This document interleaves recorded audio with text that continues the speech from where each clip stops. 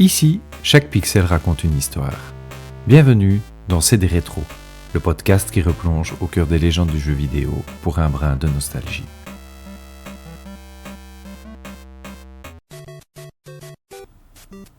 Bienvenue dans C'est des rétros, le podcast où les héros ressemblent à des plombiers moustachus ou des hérissons bleus. Aujourd'hui, un nouveau film d'animation sort dans les salles, Super Mario Galaxy. Un deuxième dessin animé au cinéma pour le porte-étendard de Nintendo. On va revenir sur ses premiers pas et premières apparitions dans le monde du 10e art, et voir comment ce personnage est devenu une réelle star.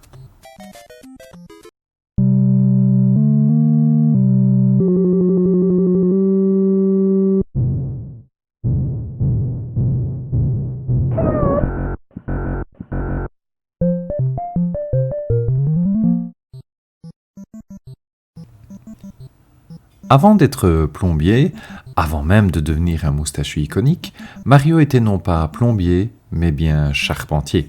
En 1981, Nintendo est surtout connu pour ses cartes à jouer et quelques bornes d'arcade. Un jeune créateur du nom de Shigeru Miyamoto reçoit la mission de sauver une borne d'arcade en difficulté. Le résultat, c'est Donkey Kong. Et là, on y découvre Donkey Kong, évidemment, mais aussi Pauline et Jumpman. La base du jeu repose sur le saut comme mécanique centrale, un level design vertical et une narration très simple. Sauver une demoiselle en détresse kidnappée par un singe géant. Oui, ok, ça vous fait certainement penser à King Kong au cinéma, et vous n'avez pas tort. À l'époque, le petit personnage ne s'appelle pas encore Mario. Il est surnommé Jumpman, et ce n'est pas lui le héros. La légende raconte que son nom officiel vient bien plus tard du propriétaire des locaux de Nintendo of America, Mario Segale. Sans Donkey Kong, pas de Mario. Sans Mario, pas de jeu de plateforme moderne tel qu'on le connaît aujourd'hui.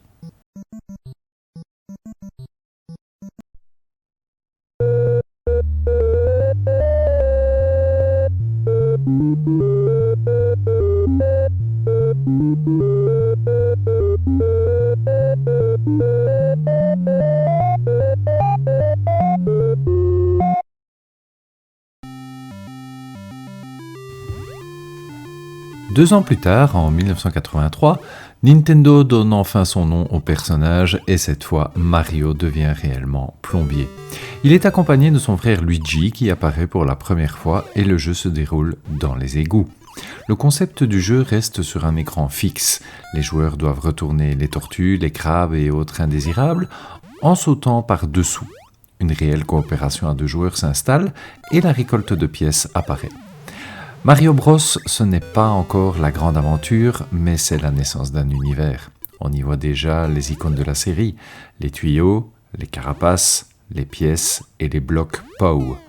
Un jeu qui réapparaîtra sur les cartouches Game Boy Advance dans tous les Super Mario Advance, mais aussi dans Mario et Luigi Superstar Saga. Et ce titre sera même porté sur Atari 2600.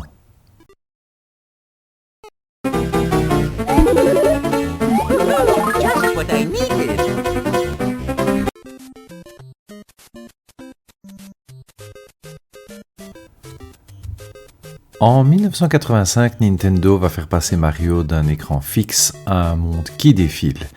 Et ce simple mouvement vers la droite va changer l'histoire du jeu vidéo.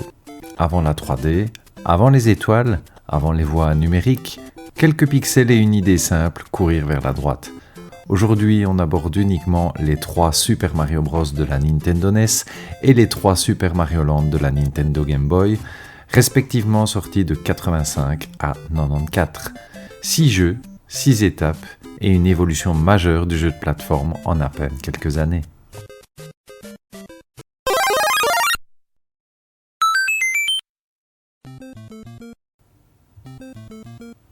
Parlons un peu du contexte. Nintendo sort du crash de 1983 et la Nintendo NES arrive. Shigeru Miyamoto veut créer un monde vivant. Ce que Super Mario Bros invente, c'est le scroll horizontal fluide. Un level design structuré, monde et niveau, des power-ups, champignons, fleurs et étoiles, et des passages secrets, tuyaux, zones secrètes. Et l'histoire se met tout doucement en place. Le joueur contrôle Mario et parcourt le royaume champignon afin de sauver la princesse Peach des griffes d'un gros lézard nommé Bowser. 8 mondes de 4 niveaux et un jeu qui, depuis sa sortie en 1985, s'est vendu à près de 40 millions d'exemplaires. La musique de Koji Kondo devient emblématique et une référence dans le catalogue vidéoludique. L'impact, plus de 40 millions d'exemplaires vendus, et il définit la plateforme moderne de l'époque. Super Mario Bros. Fait l'objet d'un premier film d'animation en 1986, une série télévisée d'animation américaine avec des séquences en prise de vue réelle intitulée The Super Mario Bros. Super Show en 1989. Elle met en vedette le catcheur américain Lou Albano dans le rôle de Mario et l'acteur canadien Danny Wells dans le rôle de Luigi. Il a été le centre d'une adaptation de En Flipper chez Gottlieb en 1992 et il voit une production d'un Monopoly à son effigie en 2016. Bref, une légende à licence est née.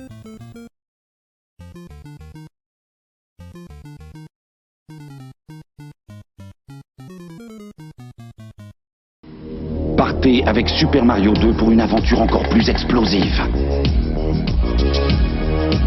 Affrontez des ennemis étranges et diaboliques. Puisez la force de vaincre dans votre habileté et votre intelligence. Super Mario 2, une nouvelle aventure dont vous êtes le héros. Super Mario 2, exclusivement sur console Nintendo. Nintendo, plus c'est intelligent, plus c'est amusant. En 1988 arrive Super Mario Bros 2 et c'est un cas particulier. Le vrai Super Mario Bros 2 japonais a été jugé trop difficile. Nintendo va alors adapter un autre jeu, Doki Doki Panic, pour l'Occident. En termes d'innovation, le joueur a le choix entre plusieurs personnages jouables, Mario, Luigi, la princesse Peach ou Todd. Il y a maintenant des objets à soulever, mais plus de Goomba classiques, pas de vrai Bowser, et ce deuxième opus est considéré comme un vilain petit canard de la série. Dans ce jeu, Mario fait un rêve étrange, dans lequel il grimpe un escalier et franchit une porte. Il se retrouve alors dans un monde appelé Subcon, et on entend une voix l'implorant de sauver son monde du méchant Wart. Mario se réveille alors, et le lendemain, au cours d'une sortie avec son frère Luigi, la princesse Peach et Todd, il leur raconte son rêve. Alors qu'ils font un pique-nique sur une montagne, ils aperçoivent une caverne. Ils y entrent et à leur grande surprise, ils voient un escalier menant à une porte mystérieuse, exactement comme dans le rêve de Mario. Les héros franchissent la porte et se retrouvent dans le pays des rêves où ils devront vaincre Wart et ses sbires.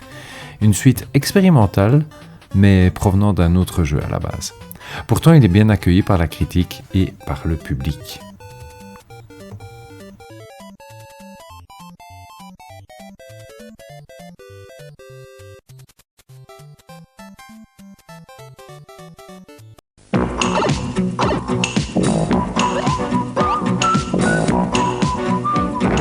Super Mario.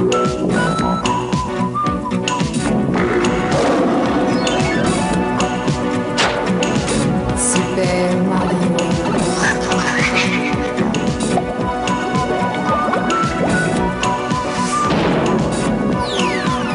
Super Mario dans Super Mario 3 de Nintendo.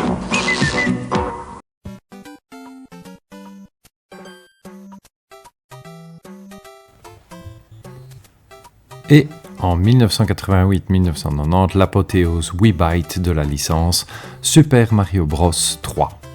On voit maintenant le choix des niveaux sur une carte du monde, l'apparition des costumes dans la version remasterisée de la Super Nintendo, qui plaît beaucoup aux joueurs, comme Mario Raton Laveur, Mario Grenouille, le costume Marteau, une couleur différente de costume pour la fleur de feu, des boss variés et donc clairement une direction artistique riche. Le jeu met en avant les personnages de Mario et Luigi dans une quête pour sauver les souverains de chacune des 7 régions du royaume champignon des griffes de Bowser. Les deux frères voyagent à travers 8 mondes afin de rétablir l'ordre dans le royaume.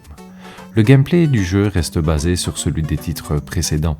Super Mario Bros 3 établit des conventions reprises dans les jeux suivants de la série. Avant sa sortie en Amérique du Nord, des phases de jeu de Super Mario 3 apparaissent dans le film d'Universal Studios L'Enfant Génial, ce qui augmente fortement l'attente du jeu par les fans. Vendu à plus de 18 millions d'exemplaires sur Nintendo NES, il est à sa sortie un des plus grands succès commerciaux de l'histoire du jeu vidéo. Super Mario Bros 3 est par ailleurs acclamé par la presse spécialisée et est inclus dans de nombreux classements des meilleurs jeux vidéo de tous les temps. Son succès inspire une série télévisée d'animation et il ressort par la suite sur plusieurs consoles Nintendo, à commencer par la Super Nintendo, mais aussi la Game Boy Advance, la Nintendo Wii et même disponible sur la Nintendo Switch. Super Mario Bros 3, c'est Nintendo qui maîtrise totalement sa console NES. Mais pendant que Mario règne sur la télé de salon, Nintendo prépare quelque chose pour la poche.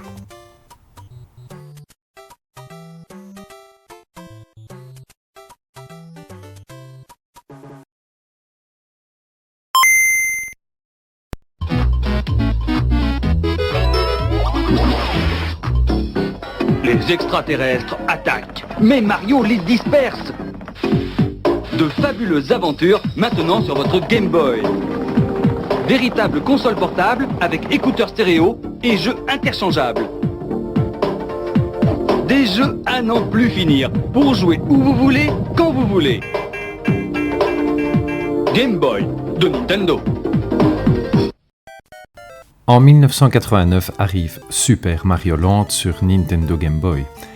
La différence majeure est qu'il n'est pas développé directement par Miyamoto, ce qui explique que l'on entre dans un univers totalement différent. Nous ne sommes plus dans le royaume champignon, mais bien à Sarasaland, et l'ennemi final n'est pas Bowser, mais Tatanga. Mais quelles sont les particularités de ce premier portage sur portable ?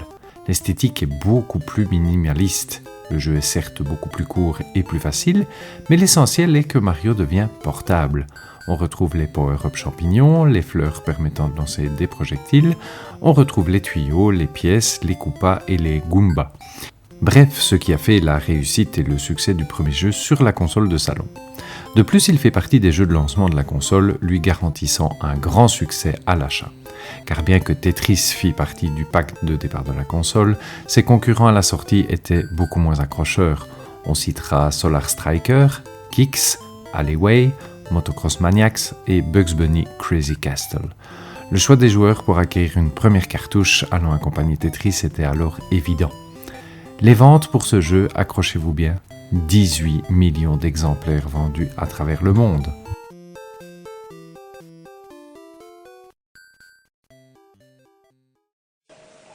Oh mais non, mais Wario, et je suis votre maître. Mario est mon ennemi. Wario, le tyran au pouvoir maléfique, a jeté un mauvais sort à Mario. Ne laissez pas Mario s'emparer des 6 pièces d'or. Ne laissez pas Mario arriver au palais. Jamais le Game Boy ne vous avait fait jouer à un jeu aussi dangereux. Obéissez à Wario. Détruisez Mario. Super Mario Land 2, un jeu diaboliquement sorcier, exclusivement sur Game Boy.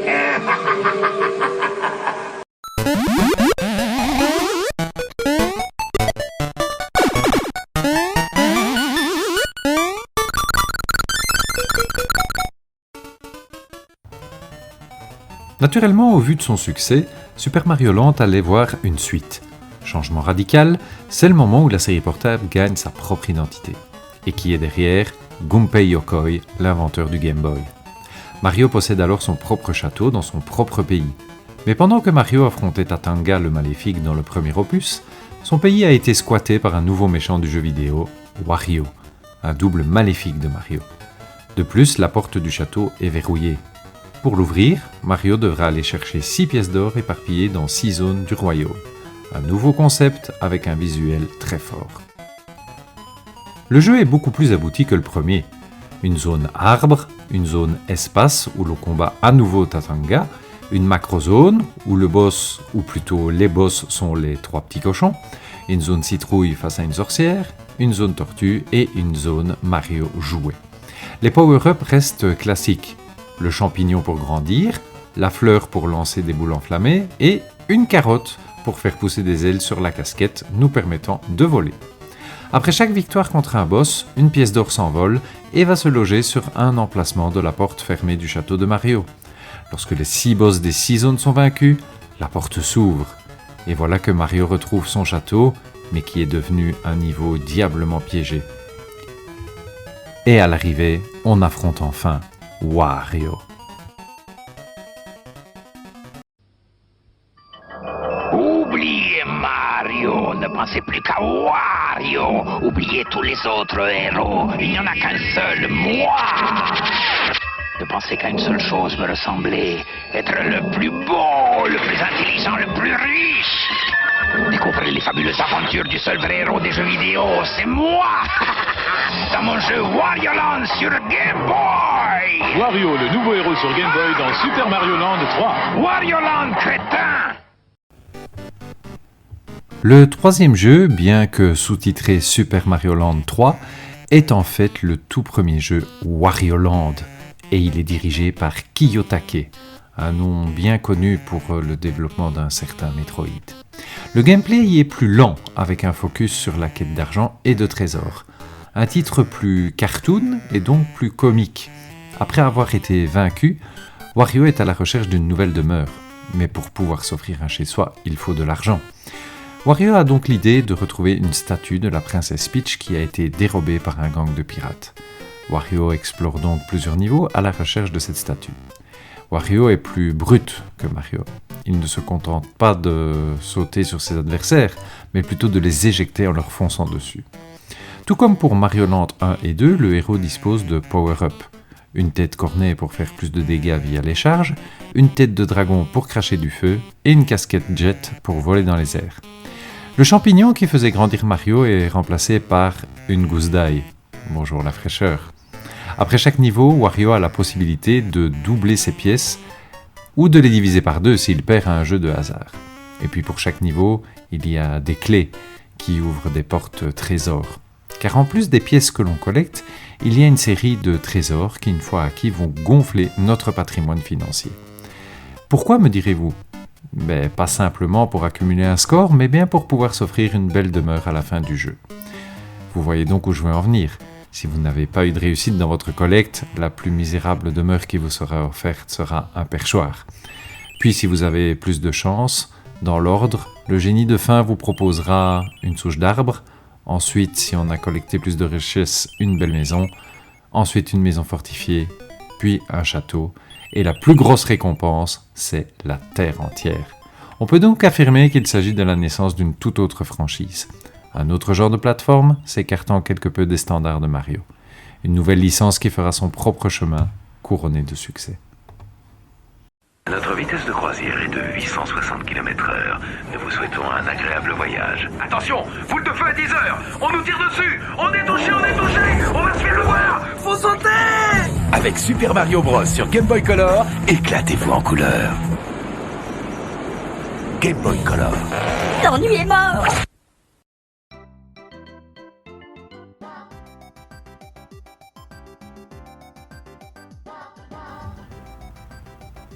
Ce que montrent ces 6 jeux, c'est que Mario évolue vite sur ces deux consoles.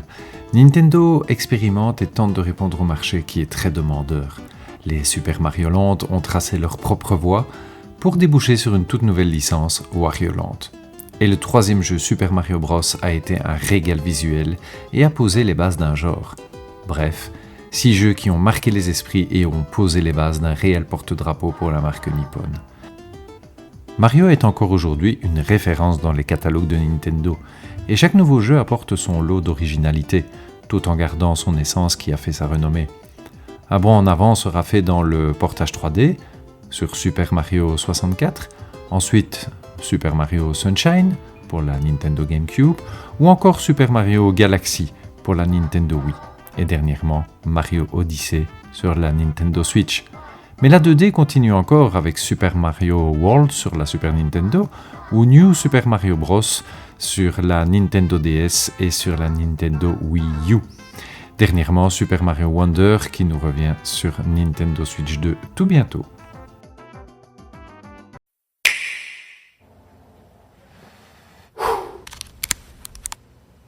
Alors on joue sans nous? Attendez-moi! Wow! Bravo, pas! J'ai un Yoshi! HTU! Tu vas pas faire ça? Yes! Dans ravin! Allez, chérie, joue la pas perso. Et on est en équipe. Presque! Allez! New Super Mario Bros. Deluxe dès le 11 janvier sur Nintendo Switch. Chérie, les enfants, elle est où la Switch? Depuis le début des années 80 et en moins de 10 ans, Mario passe de quelques pixels carrés à un univers tentaculaire. D'une apparition de Jumpman dans Donkey Kong, il est devenu la mascotte d'un des plus grands mastodontes du jeu vidéo, Nintendo. Les 6 jeux que nous avons abordés aujourd'hui ne sont pas juste des épisodes, ce sont de véritables fondations. Et pour vous, votre premier Super Mario, c'était lequel ? La cartouche NES grise, l'écran verdâtre de la Game Boy ou les trésors cachés de Wario ? Merci en tout cas d'avoir écouté cet épisode de CD Rétro au son et musique nostalgique du plombier moustachu.